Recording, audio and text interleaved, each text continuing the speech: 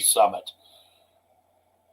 Oh, I've got a live now. Okay, I believe I'm live now. So welcome to another Velocity Lead Summit event. Again, we're virtual. The pandemic continues. Feels like a soap opera. Trying to do these in person, but as we obviously know, trying to keep the numbers down, and so we're doing this virtually. This month, we're talking about pandemic stories from local entrepreneurs, challenges to change. And we've got two local entrepreneurs that are joining us, one around lodging, and then another one around event planning. So we'll go ahead and bring on Liesl Hayes, the owner of the Browning. Hi there, DJ. I'm well. How are you? Good. Hey, glad that you were able to join us today. I'm going to go ahead and bring on Jane Monroe, the owner of Embrace the Grape. Hey, thanks for having me. Good to see you, Jane. Always good to see both of you. Let's start off with, hey, we're still in this pandemic. We still don't know how much longer it's going to go, but wouldn't we like to have the crystal ball and known how long this was going to last? I remember seeing a post about, hey, hopefully this is over by the football season. Well, now the football season's done and gone. So how much longer is it going to last? And I know we're going to get into a lot of that here about how you guys have adapted and overcome.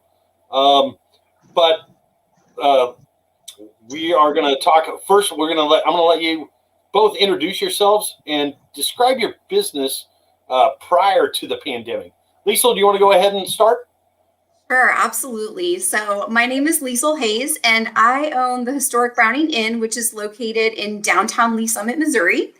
And if I had to describe my business prior to the pandemic, we were your premier inn located in downtown, and we really specialized and focused on just your small, intimate events like weddings. We catered to bridal parties, showers, and then also, we rented our rooms just on a single level. So we had 4 bedrooms and 4 bathrooms, and we had different guests in our guest house regularly. And we also served a full made from scratch breakfast experience that our guests just loved and really enjoyed. And I would say that, we had been open for about 4 years before the pandemic hit. And so we were really in the place where we were starting to be profitable as a business. And we were starting to see our occupancy rates just continue to increase. And it was really exciting as a business owner to feel like I had finally arrived. Like I felt like we were in a place where we were going to start making money. I was going to grow my business. And, then the pandemic hit. So there you have it.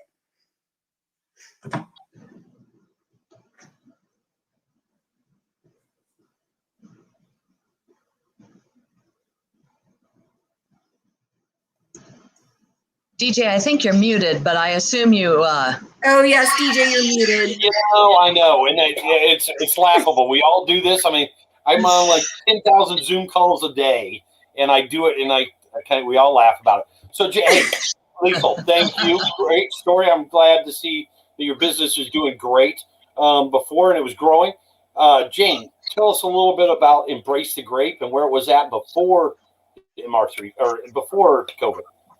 Yeah, so Embrace the Grape is a beverage catering company. And for those of you not familiar with what we do, I tell people to think about what a food caterer does and then apply it exclusively to the bar. So wedding receptions, class reunions, outdoor festivals, we do everything alcohol on both sides of the state line.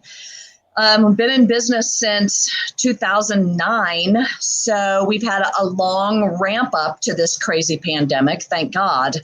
And 2019, I will tell you, was a ridiculously good year. I mean, we were humping hard, we were smoking, we were executing events. I didn't have enough staff. We were tired, overworked, happy, all the good problems you want a business to have. And I was looking into 2020 as you kind of do those forecasts, and I knew there were a couple of things for us in 2020 that weren't going to happen that did happen in 2019. So I was sort of expecting to have about an even year in 2020.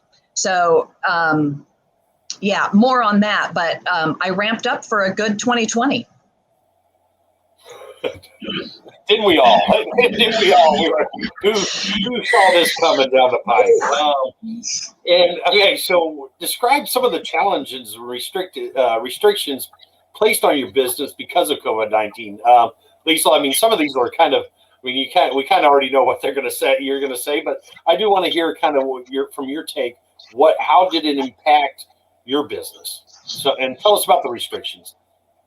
So I wanted to tell this story as it related to the restrictions. So, you know, the hospitality industry the restrictions were a lot less stringent on us. So, you know, we were open, DJ, but we weren't really open because the reality is that everyone just canceled. So I think I had one of those moments, and Jane and I talked about this earlier, but I wrote a blog about it, and it was literally a day in March where all the cancellations just started rolling in. It was the day after the press conference. I think it was the first time Donald Trump addressed the nation, and that day, the number of cancellations that came in through my reservation system and the number of people that I had to refund for stays that were booked up until 4 months later was really just a down moment for me. So while I can tell you that there were a lot of restrictions that we have to follow now that we're in business, you know, in the beginning, DJ, we didn't have guests. There were no people who came and stayed. We were fundamentally a building that was empty for 3 months. And so it was just really rough. And I didn't know how we were going to get through it. I really didn't. And I didn't know how long it was going to last. And I'm sure Jane can share a similar experience as well. Yeah, did the reservation system open up and just people start canceling? I mean, or was it just calls? I mean, that has got to be a sickening feeling, Lisa. It was just call after call. It was Facebook message after Facebook message after call after email. Like literally the whole day was spent just refunding people money. And as my bank account just kept dwindling down because, you know, they were well within the cancellation time frame because we collect a 50% deposit. So I was refunding all of these deposits that I had collected, you know, over the last year. And I just kept looking at my bank account and I was like, how are we going to do this? Like, how are we going to do this? Wow. All right, Jane, sorry, go ahead, Jane. No. Tell us about your... You know, I can tell you I redid my projections for 2020 about 3 times a day for 2 months because for me also, as those cancellations kept coming in, and then it was I'm making up cancellation policies on the fly. So usually if you cancel, you lose your deposit, which I don't charge that much for a deposit. So it's not like I kept a lot of money. But now I'm like, okay, well, if you cancel outright, you lose your deposit. But if you reschedule within a year, we'll apply your deposit. And so you have to reschedule by this time. And is it reschedule by that time? Is it execute the event by that time?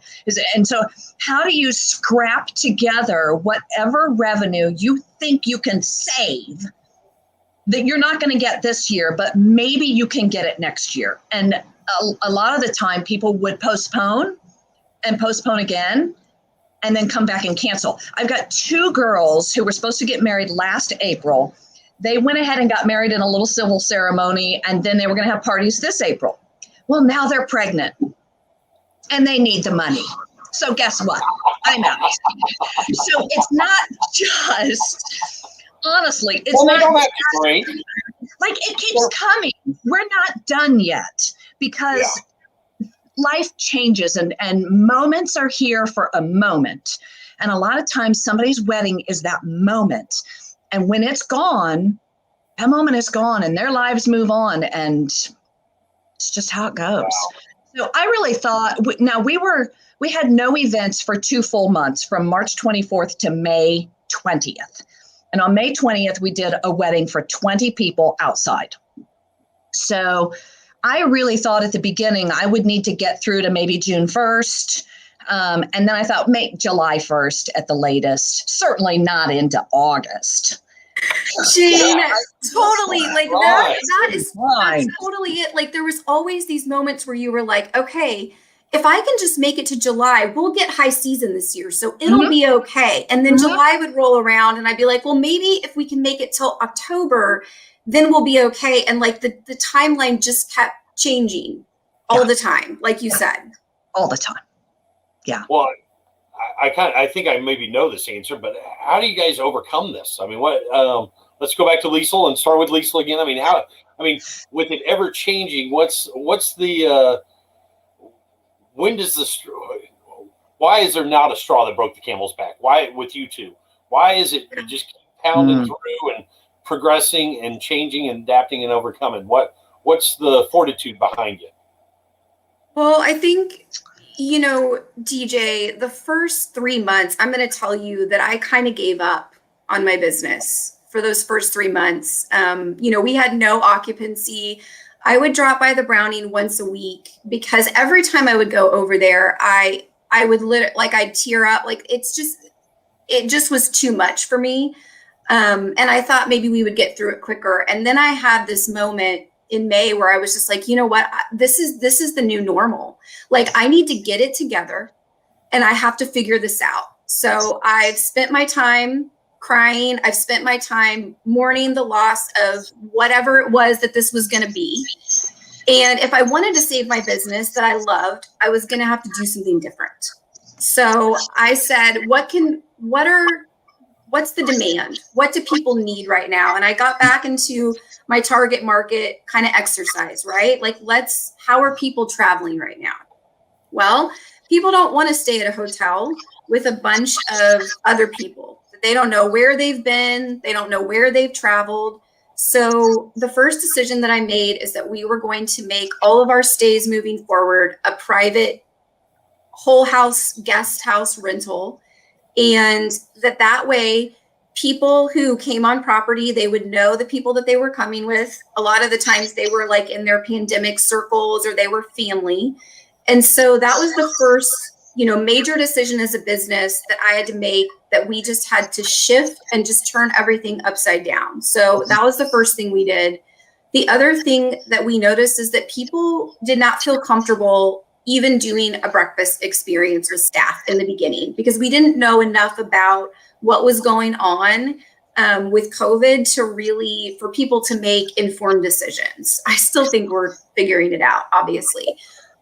So we stopped serving breakfast and we started offering packages where if people wanted to have donuts, because donuts are kind of our thing. I don't know. They're just our thing. If people wanted to have donuts available for them at check-in, like we would do that. And then the third thing that we really did is we created an entirely virtual check-in experience. So, you know, we used to give guests the option. I have some guests that they want me to be there when they arrive on property. They want me to walk them through the house, or they want staff to do that. And so we would customize the experience to the guest. Some people didn't want people there at all. Well, now obviously we do a completely virtual check-in experience where all of the instructions are sent prior to their stay. They have a keyless entry and they can contact us basically if they need us. So those were some of the things that we implemented to just say, okay, I'm going to have to get out of my pity party and move forward and figure out how I'm going to save this business. And those were some of the things that we did. I mean, we still aren't making money, but we're at least making some money. So that helps. Well, Jane, let's hear the, I know Jane has some fortitude. I know she did a long distance event, a kayak race across Missouri called the MR340. Tell us a little bit about that, and then also tell us a little bit about maybe how that interacted with what you do and how just your outlook on life. You know, so I did do the 340. I paddle tandem with my sister, and we started doing this crazy race in 2014. So it was not my first year. It sort of is something that had become part of my lifestyle. And thankfully so, for several reasons. One, if you're going to do a race like paddling 340 miles down the Missouri River in less than 88 hours, you kind of have to be willing to get grungy and dirty and things. Let's just say things get real on the river. And so, this life I live as, a business person and raising kids and all of that goes out the window. And it is, a couple of days of complete solitude, except for my sister, but I can tell her to be quiet. It doesn't work, but I can tell her. And you kind of you revamp your psyche being out there on the river in the middle of summer when it's our busy season. It's kind of my middle of the summer escape. So taking that experience and realizing that this pandemic was going to be like a 340, you're going to have to get grungy and dirty and not care what people think of you. And you're going to stink a little bit. And, all of that metaphorically applying to your business. And you go, all right, well, here we go. So how am I going to pay the bills this month? How much money do I have in the bank account? How much money do I think is going to come in versus how much is going to go out? How many events am I going to work myself because I don't have to pay me right now? That kind of stuff, you just get really earthy about the whole experience. And it is literally, especially as it keeps going on, it's just every week you go, what do I got to pay this week? And where is that money? And again, thankfully, because we had such a great year in 2019, and I'm not a girl to spend every dime I've got in the bank, I did have some reserves. I did take advantage of the PPP, and thankfully that worked out well for us. So there were some things that, I see that were put in place for me to be able to survive this insanity. Does that make sense? No, it does. And so I can see you eating lunch on the beach and then taking a shower in the evening and all that. Is that what happens on the MR340? No, DJ, I mean, I can be graphic about it, but everything is real natural out there. And if you're eating, you stuff Cheetos in the side of your mouth and hope for enough salt to keep your whatever levels up in your body, and you're drinking pickle juice when somebody will give it to you, and all sorts of fun out there. So all kind of stuff that is not polite conversation. Yes, and we won't go other than I do know that you placed very highly in that race. Yeah, we did okay. Yeah, hey, the good news this year is the one team that is really a menace to us, they're not racing in our class. So we have a chance. Hey. We have a chance. So you've done this since 2014. You're going to do it again in 2021? Yeah, my sister says I am. Well, Lisa, are you in for this? I mean, we can find you a boat. Woo! Oh, I know. I have someone who's tried to get me to recruit me, but I think I'm maybe a better meet you at the stop points kind of person and cheer you on. Sister, don't say that, because there's always ground crew needed. I know. Later. And we can talk later. I think, Jane, you'll attest to this. I mean, it's you and your sister in the boat, but at the end of the day, you got to have the team on the shore. You got to have your employees. Tell us about how over this last year, how has your interaction with your employees? How has that changed? I mean, you probably had to let people go, or at least not keep them as gainfully employed as they once were. So how does that change? Who wants to start off? I'll go. So I was ramping up for 2020 and decided I needed an events coordinator. So I hired one, and that would take a little bit of stress off of me. She started on March 3rd, which was, not real good timing, but I felt like she was the right fit for the team, and she knew she would be 20 hours a week. Maybe she'd be 10 some weeks and 25 others. And God love her, she just rolled with the punches. And the other two people in my office also are part-time, hourly. and they also just kind of rolled with me. And my bartenders are all required to have some sort of financial stability somewhere else, not from me. So they've got a full-time job somewhere else, or their husbands or wives have jobs somewhere else. So anyway, just because the work from me went away didn't mean their mortgages would not get paid.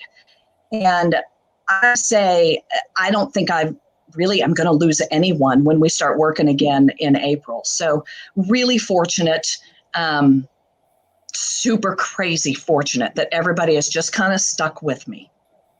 Awesome. Lisa, and I don't know how many, do you have a lot of employees or? So, DJ, I didn't have employees until 2020 because my business was going so well that I made the decision that if I was going to move into being a little more hands-off and supporting my employees, I hired employees in 2020. And so I had my first W-2 employees in 2020, but, similar to Jane, the one area where I am super fortunate is, most of the people who work on my team with me, they are all part-time individuals. So most of them had, they have employment in other places. And one of them, I was really fortunate, who relied on more hours from the Browning, actually worked at a grocery store as well. And they needed to increase her hours. So I was really lucky that, the people who worked with me on my team had other sources of revenue. Now, that being said, to keep them around, because I didn't want to lose the momentum in growing my business. So I started doing HR consulting during the week. So I have this other random skill set, which I know is all of us entrepreneurs, we do so many different things, but in my corporate life, I actually worked in human resources. And so what I did during the pandemic is I really started to focus a lot of my time during the week towards doing HR consulting. And I supplemented salaries and the business with that work. And, I think a lot of us as entrepreneurs, we've just, as Jane said, we're just used to figuring it out. That's what we do. Sometimes we cry for 3 months and then we decide we're going to get it together. But we figure it out because that's just inherently what we do. And I love that about our DNA, because while this has been, I would not wish this on my worst enemy. At the same time, it has been a growing experience too. So there's that. Well, sorry, the phone, there's the phone going off there. I'm seeing comments now. I didn't even know we had Facebook comments. Look, Natalie just said that her husband did the MR 340. Nice. And we have them pop up every once in a while up there. So please, if you're watching on Facebook, please put some stuff in there, and we'll try to address some of them as we come across them. So, and I think Ashley's going to actually put them up in our private chat as we get done. So we always kind of adapt and change on these virtual things because it's a little different than doing it in person. I'd love to see you guys in person, but this is the way we do things now. We kind of touched a little bit on it, but how have you grown as a person around this? We kind of touched on this a little bit. Lisa, let's stay with you and just how is it? And you kind of already were talking a little bit about it, but how has it made you grow? Yeah, this is a great question. I'm going to try and not spend the next 15 minutes telling you the answer. The first thing is that what you should know about me is that I have a very type A personality, and I'm an achiever. I like to be in control. I like to make plans. I like things to be laid out. It's just how I function in life, and it makes me a better human to have a vision for my life and where things are going in my business and all the things. And what COVID has taught me is, one, to just chill out a little bit, calm down. You're here and I need you here. And it has taught me to be able to say, okay, not everything is in my control. I have to sometimes respond in the moment, and I have to understand that sometimes things don't work out the way that I planned them. And I have to be able to adjust and be flexible with that and understand that like life isn't this well mapped out life that I always expected for my business and all the things. And so it has truly helped me chill. Like, and my husband will say that too. Like, he's just like, he's like, you're calmer now. And I'm like, it's because I have very low expectations for my life. No, I before. Well, we're all. I think I know everybody on here, and we're all Type A personalities. We all like to be in charge. I'm speaking for you, Jade, too, as well. I have declared that you're Type A. And some people, I think, have done what you've done. I've gone a little bit the other way. I'm a little more anxious than I ever was. So, Jane, how has the Type A personality? How has this affected you personally? Not at all. No. No. I would say the one thing really that does stick out to me that I've worked very hard on is to drop the judgment, to meet people where they are, because this has been people have real strong opinions on both sides about this pandemic and all kinds of stuff we don't even need to go into. But my goal has been to meet people where they are, appreciate them for where their mind is at the moment, whether I agree or not. Wear a mask, don't wear a mask. I have no judgment. Send your mother to the grocery store when she's 85 years old instead of going yourself. Well, I probably don't know your circumstances. So it's about dropping the judgment and just being human, because I probably do things other people don't understand my reasons for, and they do too. And man, we all just need that grace. So that has been the thing that I have not only learned myself, but I try to remind my family when I'm having cocktails with my sister, we get all judgy and it's fun and I get it out there. But everywhere else, it's about remembering we're just all human in this thing and we have no idea what we're doing. So let's just do it together. Well put. And have you noticed that in person, like when you are at the grocery store, that people, like you get within a few feet of people, 6 feet of people, and people are in the past, it always seemed like they pushed by you. And now everybody kind of stops. And then it's like the deer in the headlight kind of, all right, well, you go, I go. Okay, we're dancing from 8 feet apart. But then all of a sudden you get on social media and some of your best friends all of a sudden post something that you don't necessarily agree with, but you're like, oh God, and but keep scrolling. It all dissolves, right? Just keep scrolling. There's the keep scrolling. Yeah. Now, real quick, behind you have a drawing. Did you do that? Isn't she beautiful? Let me. She is beautiful. Yeah. Except that. What is that? Is that what's in the hair in the back? That is actually a self-portrait that my daughter did. She's a ceramicist. Shameless plug, Melody Monroe Ceramics. Go find her online. No. And she made that in college and sent me a picture, and I was like, I have to address, I want some judgy cocktails with you. I know, that's what, Jane, I wasn't laughing at you. I was laughing at that comment. I love Betsy. Betsy's like amazing. Can I crash the judgy cocktail session? And we'll go drink together. Right. So anyway, my daughter made that, and I was super proud of it. And mamas don't ask for much for Christmas, and so she gave me that behind me. I'm redoing my house, and we're getting rid of that wood, and I need a drawing like that. I mean, she's commissionable. She is commissionable. Okay, well, there we go. Maybe Melody Monroe Ceramics on the screen.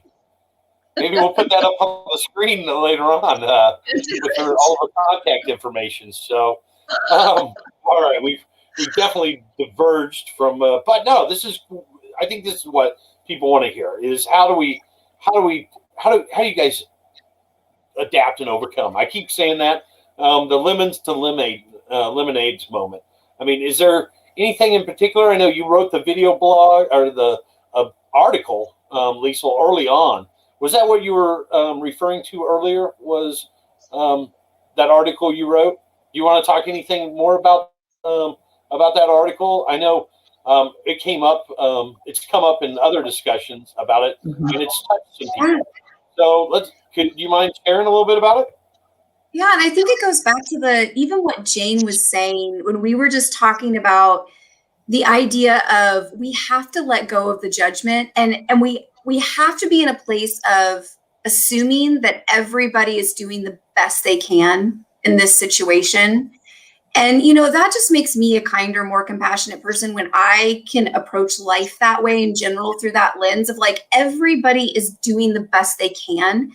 And also just allowing yourself to let go of the expectations that you have around productivity or life in general as you're going through a pandemic. I think at the beginning of the pandemic, there was a lot of, live your best life during the pandemic, clean out all your closets. And there's nothing wrong with any of those things. But I also felt like it was okay to say to yourself, pause for a minute.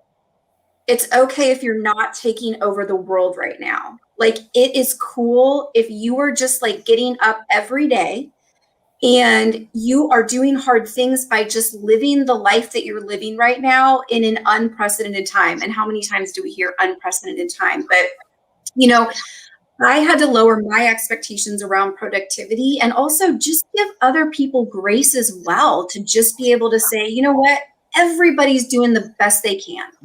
Yep. And I feel like if we could all just live our lives that way, I don't ever want to leave that lesson behind, because I think it's just an important lesson that should carry outside of the pandemic for me. So that was a lot about what that blog was about.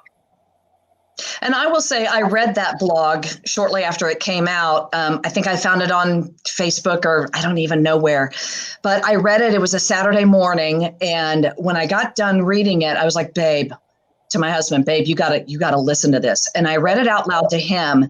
And by the end, I am sobbing because I so clearly identified with your moment, because it was my moment too. And you put it in writing in such a way that was so accessible and so vulnerable and so beautiful. And I think that was when I realized I'm just going to cry for 2020. If I want to cry, guess what? I'm going to cry, and I don't care who sees me. There we go. That's a great attitude. So Yeah. thank you for sharing that with me. Oh, go ahead, please.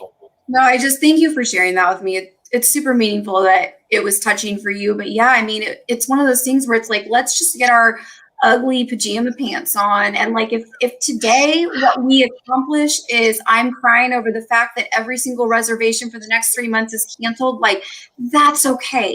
And we're going to get through this. And tomorrow I'm going to feel like pivoting my business maybe and taking over the world. But today I'm in my pajama pants. Yep. And that is enough. Like, that is enough. So yeah. So I will tell you, yesterday I had brought my youngest daughter off at swim practice, and my oldest daughter was with me. And I said, we were driving right by the grocery store. I said, we're going to run in and grab some stuff. She goes, no, Dad, I'm in my pajama pants. She didn't want to go in. Guess what? We still went in because everybody's in their pajama pants. I mean, that's what's new. Everybody, but early on when you wrote that, people weren't used to wearing pajama pants. And, true story. Outside their house at least. So, you know what I see in your future post-pandemic, or even as the pandemic continues, maybe write a book. I mean, I've thought about it. She's going to do it. Like how we're volunteering you to do this. Hey, well, I think next week you can just write a book. I've already written a book, and it's actually coming out in. Yeah, I really have written a book. That's a real thing.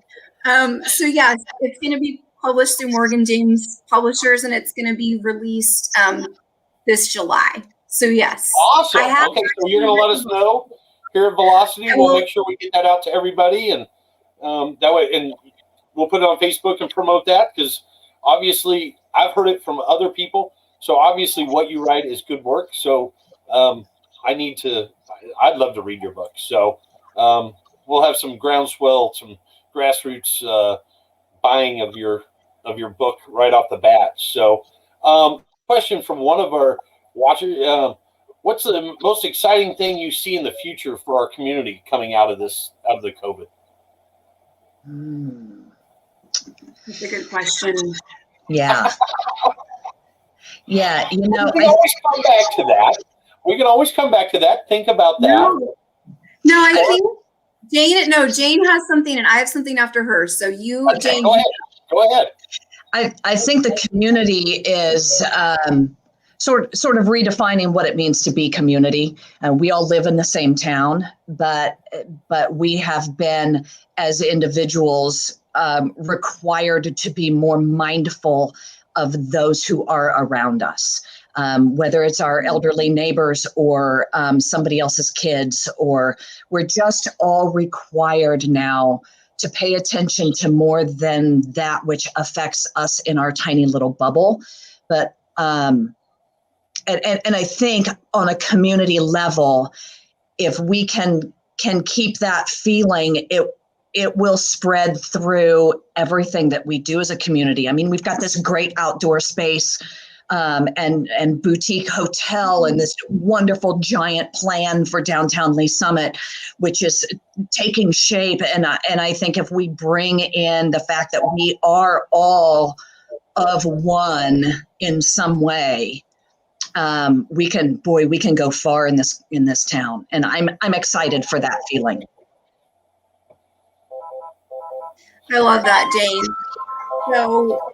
So one of the things that I think we're going to take away from this is I think that we are going to be more grateful when things return back to normal too. Because how often do we just go through our lives and we just take for granted just our current reality, right? We take for granted being able to have Thanksgiving dinner with our family or people that we care about. We take for granted gatherings. We take for granted all the things, even just galas, just all the things. And I think that I am actually a huge introvert, which surprises a lot of people when I tell them that. But I have freaking loved the pandemic in so many ways because it caters to introverts.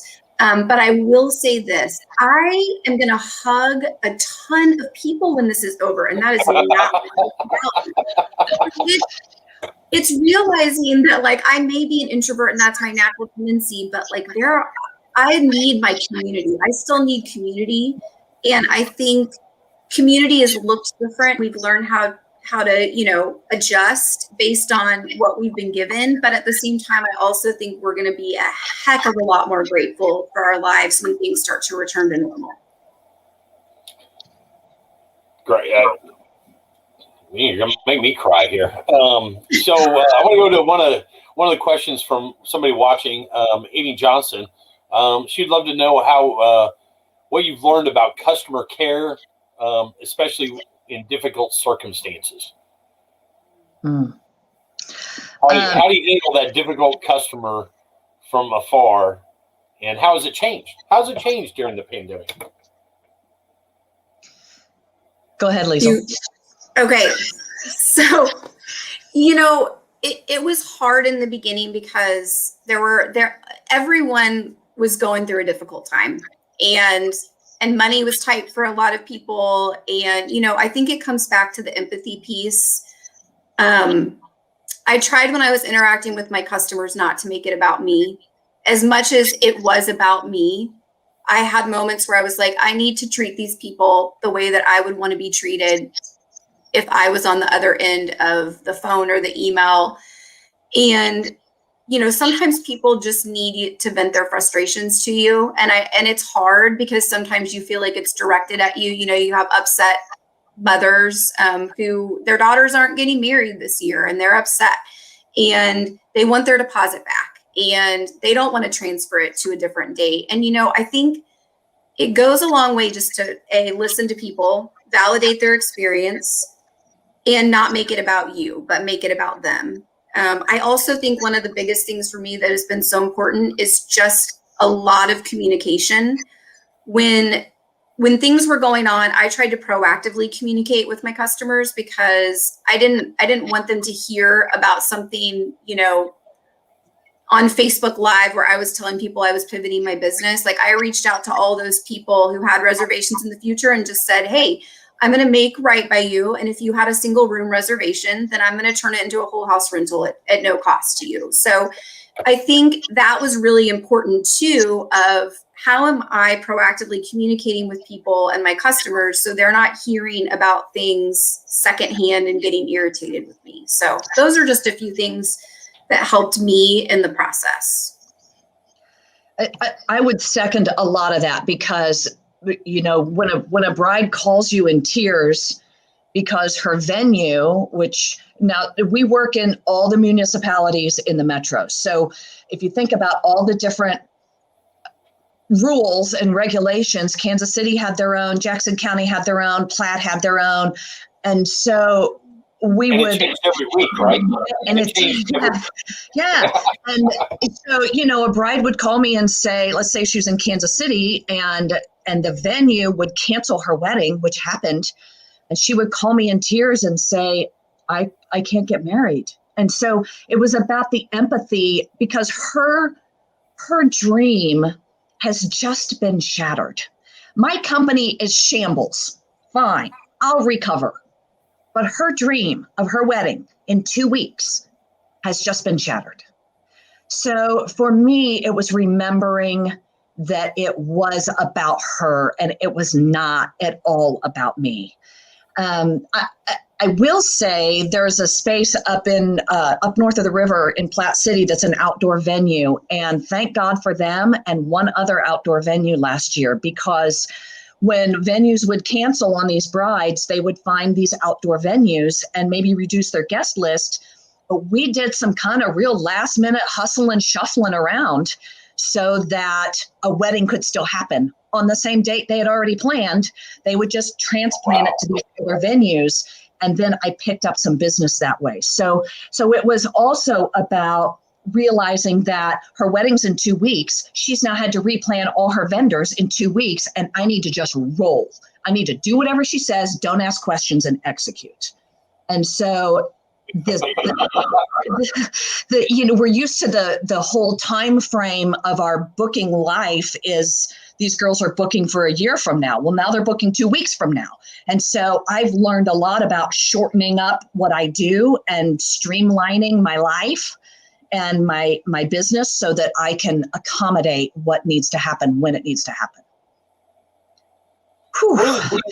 Yeah, well, no. Yeah, take a breath on that. And I keep hearing a couple words, and we'll kind of come back to those couple words I keep hearing over and over. But what are the things that you've learned so far in this pandemic, because it's not over yet, that even when it's done, what are you going to do that you're going to continue doing? Is that the new modus operandi for Jane Monroe? Is the 2 weeks, or is that just adapt and overcome? And we'd like to plan a year out.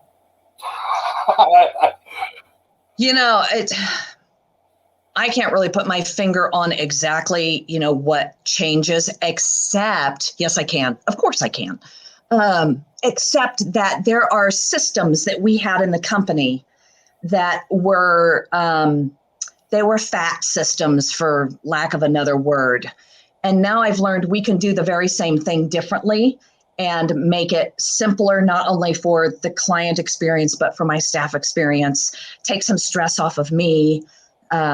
So those sorts of things will move forward with. And then just opening up the idea that an event can happen anywhere. It doesn't have to be inside. It doesn't have to be outside. It could be anywhere.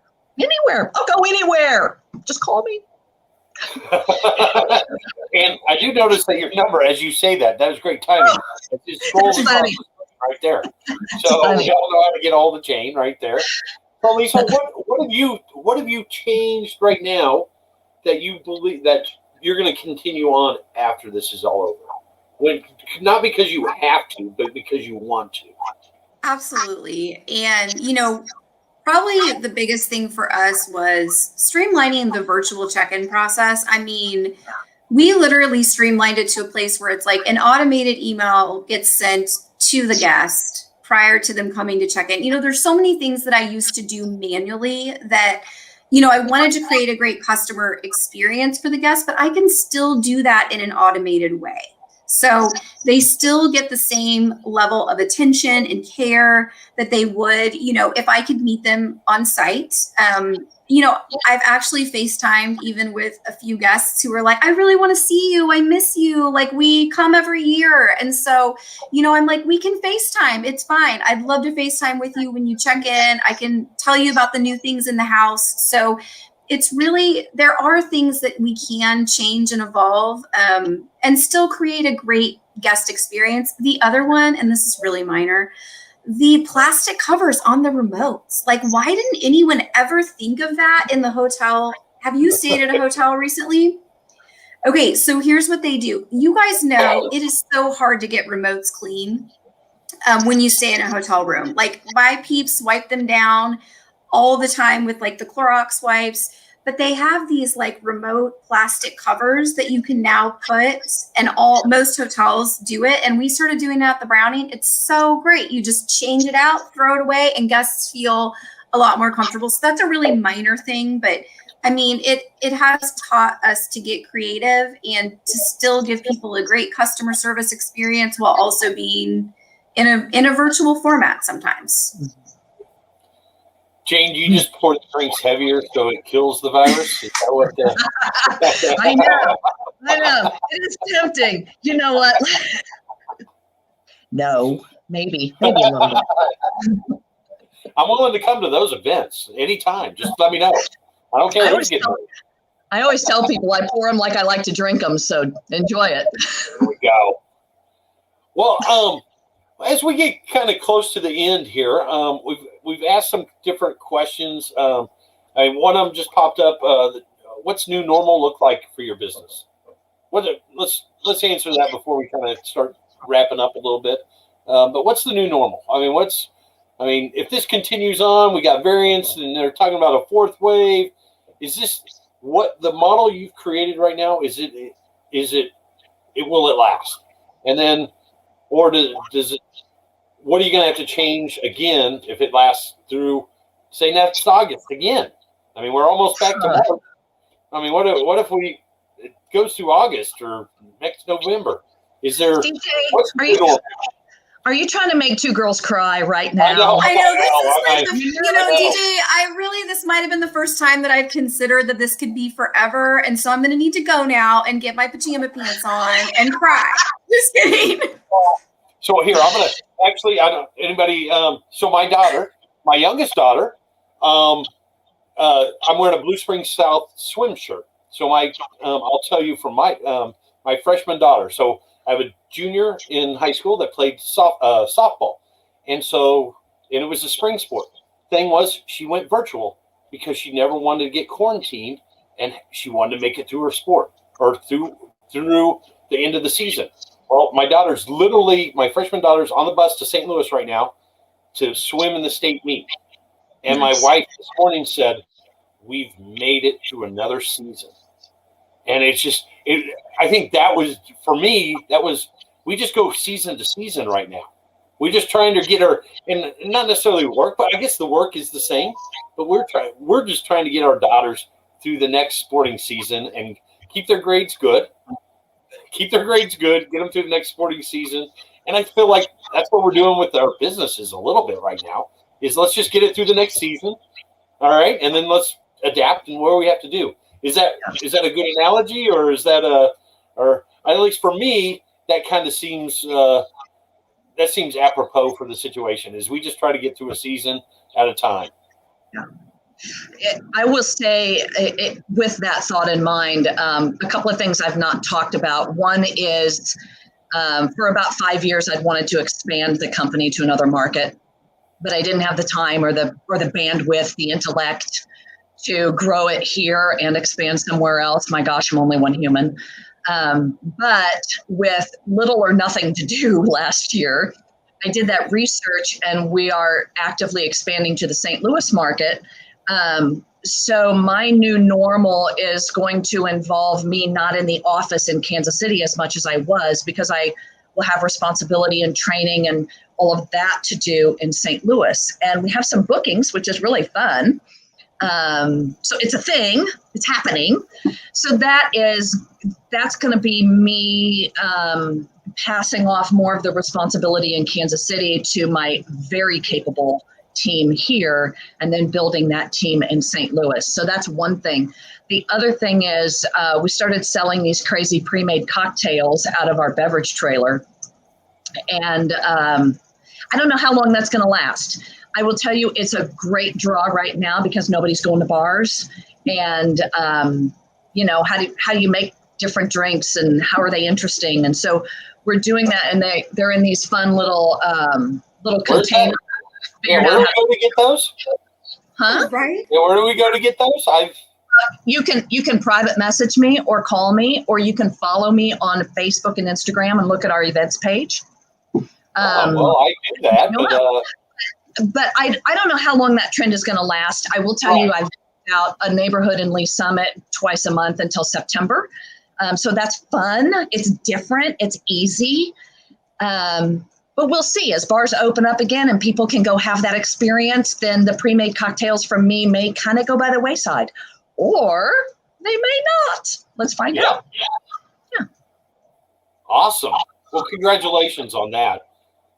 Congratulations on deciding to drive 3.5 hours. Hopefully you're not flying all those times. Why not just go to Columbia? Why not just do it in Columbia? Why St. Louis? Because Columbia often will go to St. Louis for good vendors. Oh, okay. So it doesn't mean we wouldn't work in Columbia. It just means the vendor hub is in St. Louis. See, I got to do all that research because I had nothing else going on. Way to adapt and overcome. Lisa, what's the new norm for you? What's the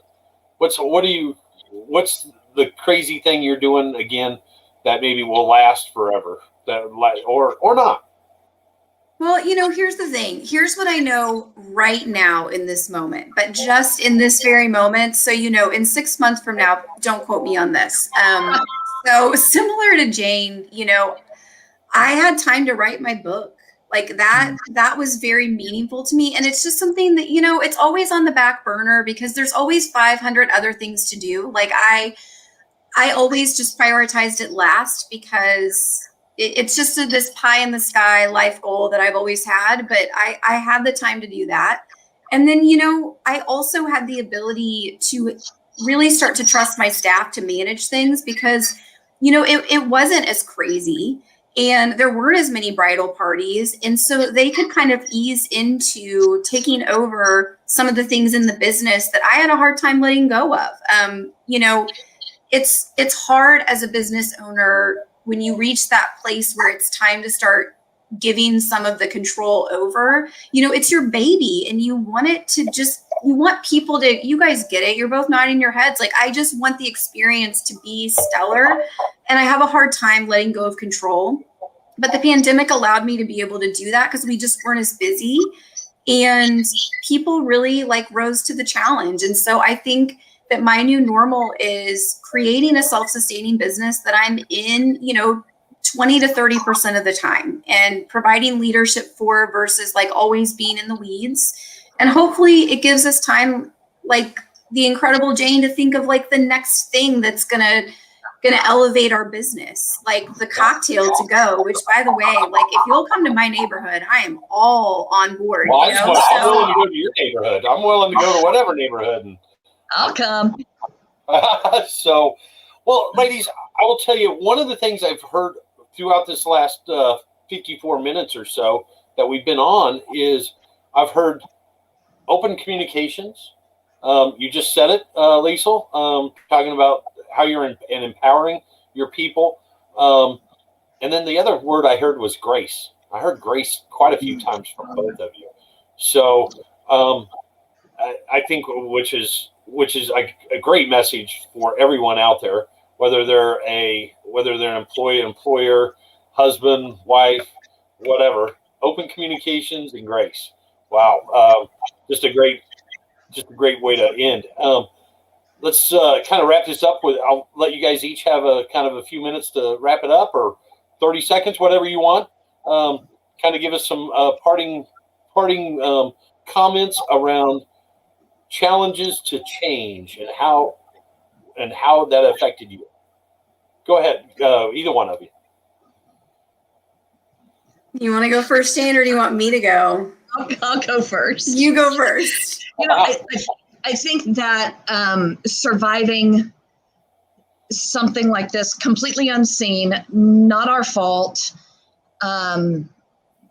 all of that, it doesn't happen in a vacuum. We didn't do this. We had, and I'm sure I can speak for Liesl and say we had support from loving family and kind community, and for me, my church, and this. You just don't do this by yourself. So don't ever think that great things are accomplished alone. Great things are accomplished with tons and tons of people around you, not just this year, but in years past, who have supported and given advice and mentored and loved and all of that. It all comes into fruition when you're in deep trouble in your company and you're just trying to survive. So for that, I will say thank you to every one of you out there who has in any way played a role in me surviving 2020 and Embrace the Grape coming out on the other side, ready to roll. Thank you. Oh, Jane, that was good. That was really good. Okay, so here's my message to you, because I know there are a lot of business owners out there who are watching this. And here's what I want you to know. You can do hard things. Yeah. And sometimes you don't even know what you can get through until you have gone through it. And like Jane said, you have to rely on your community during this time, during this difficult time. And I know we're kind of stubborn as entrepreneurs. I get it. Like, we want to trailblaze and do our own thing. And like, we're really bad at asking for help. But when your best friend says to you, hey, I want to come in and help work the brownie, or I want to come help scrub toilets, like, take them up on that offer. Like, take the help right now, and don't have the pride around it, because people want to love you through hard things. And all of us as a community, we cannot get through this without the love and support of other people. And you know what? If no one's asking for help or no one's offering you help, I recommend that you ask for it. Ask for it. And I guarantee you that people will come through for you during this difficult time. Lee Summit rocks. Yes, I'm old. I say things rock still. But like, Lee Summit She's is telling that to us, Jade. Okay, Lisa, you're a lot younger than both Jane and I. So so much younger, DJ. So much younger. But yeah, like, we're gonna get through this. I know it's cliche to be like, we're gonna get through this together, but we have to rely on each other. I just want to piggyback what Jane said, because it's good stuff. Well, ladies, I want to thank you both. This has been enjoyable. I couldn't imagine having two other people on this call, on this event, than you two. It's been wonderful. Great advice, great stories. I've seen some people saying stuff about they're laughing, some giggle moments and stuff like that. So this has been fun. So I do want to thank you again, ladies. I want to remind everybody, as we get close to wrapping up, almost right on time. In fact, actually, we could be under the time limit. Please join us for our next Velocity League Summit event. It'll be another virtual event unless something changes. But mark your calendars for March 18th at 4 o'clock. And the topic is entrepreneurial opportunities emerging during and post-pandemic. So we'll have some thought leaders from here in the area on that call. We hope to see you Thursday, March 18th at 4 o'clock. Again, thank you, ladies. And I'm ready to go start drinking right now. So don't come to the Browning and drink at the Browning unless it's booked. I mean, there may be someone there, but I'm positive you could just knock on the door and say, "Hey, Liesl sent me. I'd like a cocktail. Let me know how it goes." You might want to wear a mask. That's the new thing. Keys, wallet, mask. All right, I'm good to go. All right, thank you again, ladies. All right, we are out of here.